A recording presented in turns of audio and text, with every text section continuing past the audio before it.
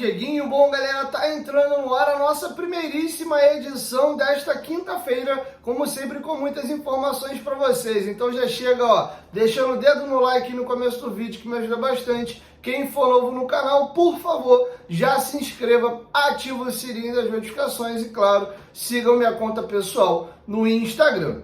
Beleza? Ó, vamos começar o vídeo aí já com a atualização sobre a situação do Rossi. Vasco da Gama e Goiás chegaram a um acordo, falei isso para vocês no último vídeo. O que tá pegando é que o Rossi não tá vendo com tão bons olhos. Deixar o Vasco da Gama, clube ao qual ele tem uma identificação muito grande, inclusive tem tatuado no seu corpo e joga a primeira divisão, para ir jogar num time de segunda divisão, que é o Goiás, né? Ou que pelo menos está na segunda divisão. Ele tem um carinho pelo Goiás, jogou e bem lá em 2016, mas o Rossi não está vendo essa situação com tão bons olhos não, e o jogador está refletindo. O Santos, apesar de estar na segunda divisão, é um clubaço, né? Um dos maiores clubes do planeta Terra, então o jogador até avaliava com melhor olhos uma ida ao Santos, desde que ele fosse ter mais espaço. O Vasco está muito afim que esse negócio sacramente, porque além do Vasco ter perdoado uma dívida de R$1 milhão com o Goiás, o Vasco economizaria os salários dele até o final do ano. O Rossi ganha mais ou menos na casa aí de R$300 mil,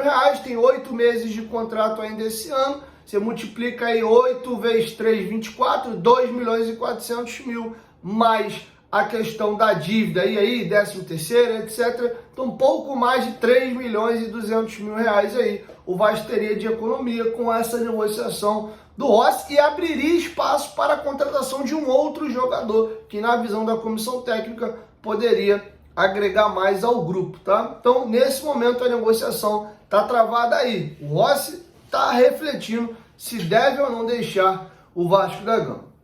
Beleza? Outro ponto que eu gostaria de trazer para vocês: estão esgotados todos os ingressos para a partida de Vasco da Gama e Grêmio no próximo domingo às 4 horas da tarde. Mesmo o torcedor do Vasco chateado, desanimado com a eliminação para o Nova Iguaçu e temeroso para a sequência do Vasco do campeonato, do restante da temporada, o torcedor do Vasco é fiel, estará lá em São Januário, todos os ingressos esgotados, tá bom? Vou trazer para vocês agora novidades sobre o Payet, mas antes, para tudo, hoje nós temos rodada de Libertadores e Sul-Americana, e você que é bom de palpite, corre lá na PagBet.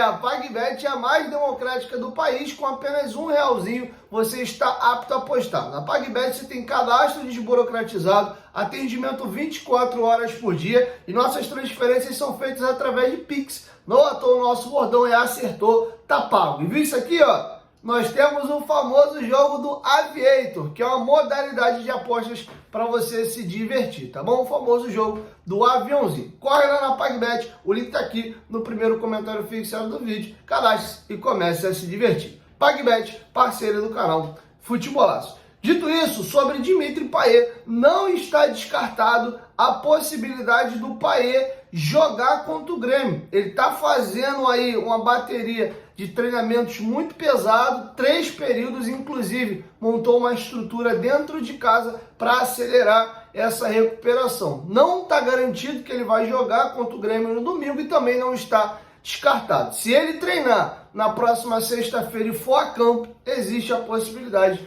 dele ser relacionado, tá? Então talvez o Payet não fique aquele período todo aí, que era o período máximo desse tipo de recuperação de 1 mês. Vamos aí aguardar novidades. Então logo eu tenha mais alguma, eu trago para vocês aqui no canal. Bom, já que a gente falou sobre Campeonato Brasileiro, o Vasco estreia no próximo domingo e o GE fez uma espécie de guia e deu notas aos clubes classificando qual é a situação que esses clubes encontrariam-se no campeonato.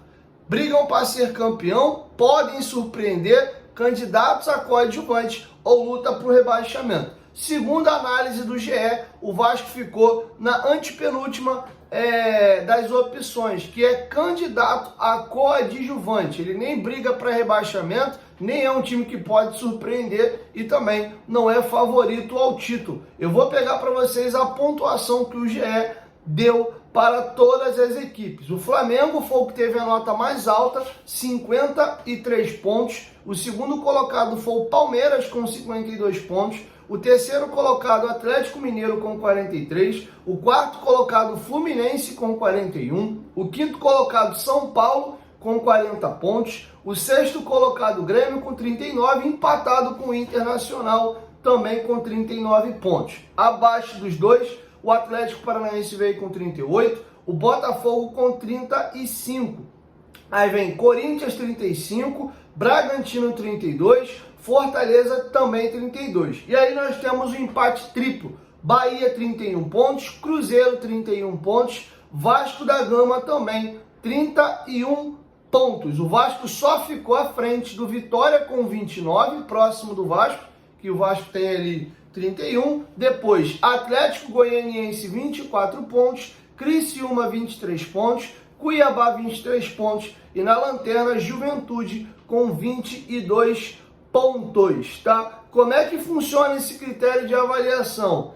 O primeiro critério é o elenco. O elenco tem peso 20. Dentro dessa possibilidade aí de 20 pontos, o Vasco recebeu a pontuação de 9 pontos, tá? Dentre dos 20 pontos possíveis de elenco, o Vasco conseguiu 9, ou seja, nem a metade do total que era 20, o Vasco conseguiu. As outras categorias tem a seguinte situação: momento, são 10 pontos possíveis, o Vasco conseguiu pontuação 5, metade. Finanças, também a nota máxima é 10, o Vasco recebeu uma nota de número 5. Casa, a possibilidade de nota de jogar em casa, também são 10 pontos, o Vasco recebeu 8, ou seja, São Januário foi considerado um estádio pesado e com importância importante, a nota de São Januário foi bem alta. Já o retrospecto do Vasco foi nota 4, de um total aí de 5 pontos, tá bom? Então tá feito aí o registro da porquê da pontuação do Vasco ter sido 31. E aí o GE trouxe alguns comentaristas para darem a opinião sobre o que esperar desse Vasco no Campeonato Brasileiro. Foram 3 comentaristas, o Rodrigo Coutinho, a Jéssica Sescon e também o Carlos Eduardo Mansur. Vamos aqui a opinião de cada um deles. Primeiro, Rodrigo Coutinho. Segundo ele, o Vasco vai lutar pela permanência, ou seja, tem chances de ser rebaixado. A última impressão que ficou nos jogos contra o Nova Iguaçu pela semifinal foi muito negativa, assim como contra o Água Santa também dentro de São Januário.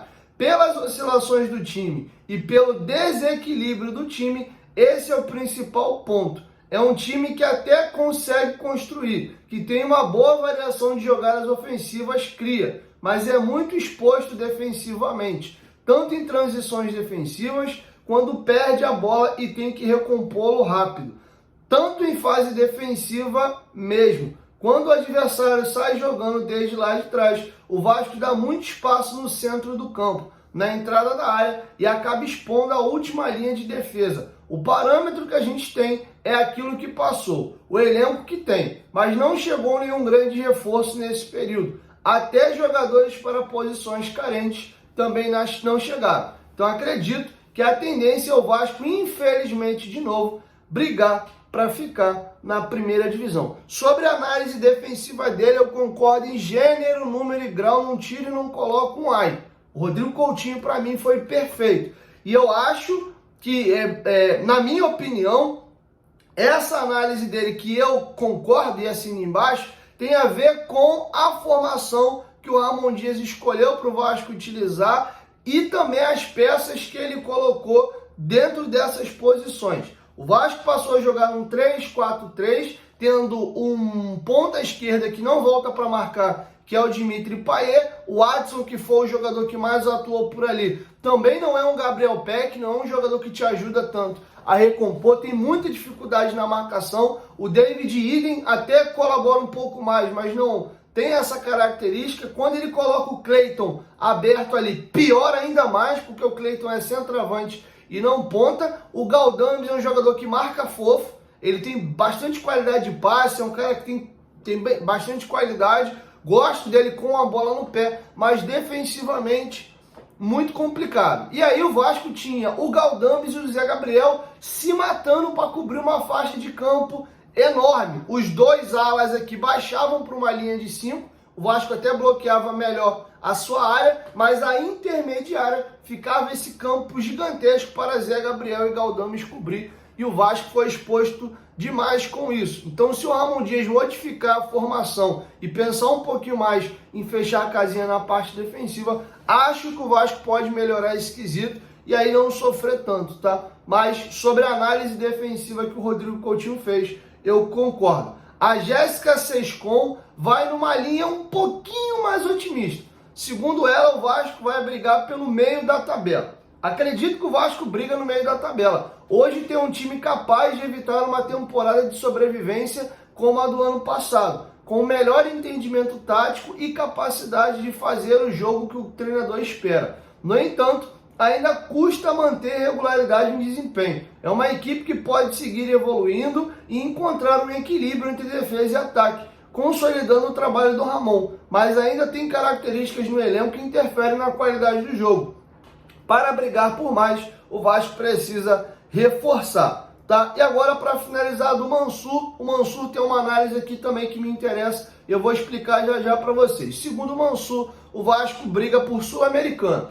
O Vasco tem mais qualidade técnica do que no início do último Brasileiro, então é possível imaginar um campeonato um pouco mais tranquilo. No entanto, o trimestre deixou a imagem de um time com muitas questões a resolver. Taticamente, não saiu do Carioca com desenho definido. O elenco tem carências em alguns setores, especialmente peças de reposição, e isso pode fazer falta na corrida de resistência que é o brasileiro. Por hora, o mais prudente é imaginar uma briga por vaga na Sul-Americana. Eu vou pegar a primeira frase dele aqui, ó. O Vasco tem mais qualidade técnica do que no início do último campeonato. Ele não falou do que o time que terminou o brasileiro. Ele se referiu ao time ainda do Maurício Barbieri. Sem Payet, sem Verratti, sem Medel, sem Paulinho, enfim, sem Maicon, sem os jogadores que chegaram naquela janela lá mais à frente. Essa análise está correta.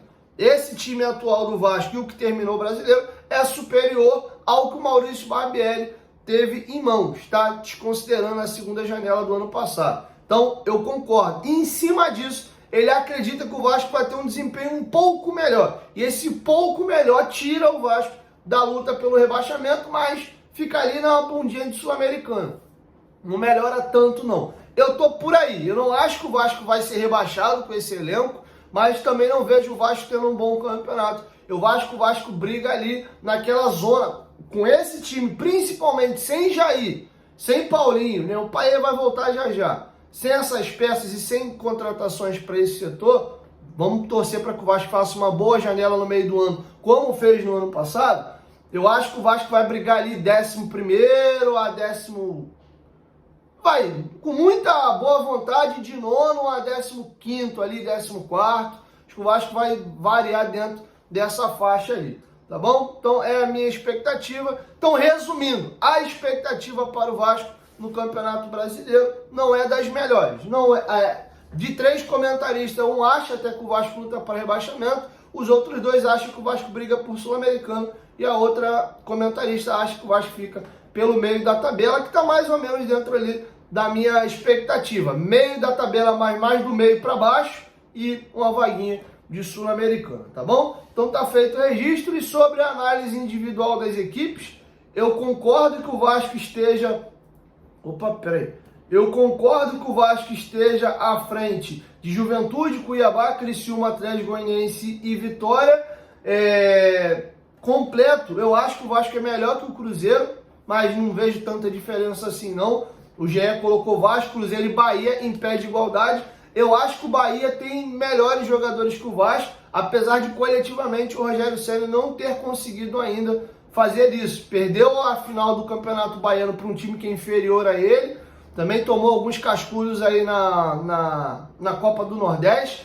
Enfim, eu vejo o meio-campo do Bahia, que é justamente o nosso setor mais fragilizado, com excelentes peças. Eu acho que o Vasco tem um goleiro melhor, tem zagueiros de melhor qualidade, né? E tem um jogador do nível do Payet, apesar do Bahia também ter o Everton Ribeiro. Enfim, então eu acho que são times ali similares, com algumas mudanças.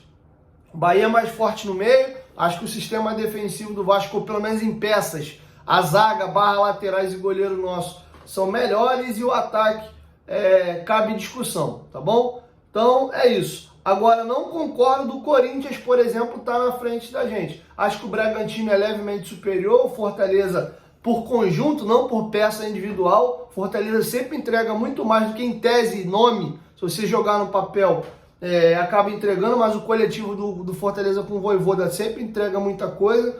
Então até aceito essa pontuação um pontinho à frente da gente. O Corinthians não. Acho que o Botafogo está na frente, o Fortaleza está na frente. O Fortaleza e o Bragantino tá na frente. Botafogo, Atlético Paranaense, Inter, Grêmio, São Paulo, Fluminense, Galo, Palmeiras e Flamengo. Isso aí é inquestionável, tá bom? Então é isso, quero te ouvir. Deixa a sua opinião aqui embaixo nos comentários, se você concorda com a minha análise e a análise dos comentários da rapaziada lá do GE sobre esse Brasileirão do Vasco. Valeu? 1, 2, 3, futebolaço, tamo junto, família. E PagBet, hein? Hoje tem rodada de Sul-Americana e Libertadores. Faça a sua fezinha lá. Valeu?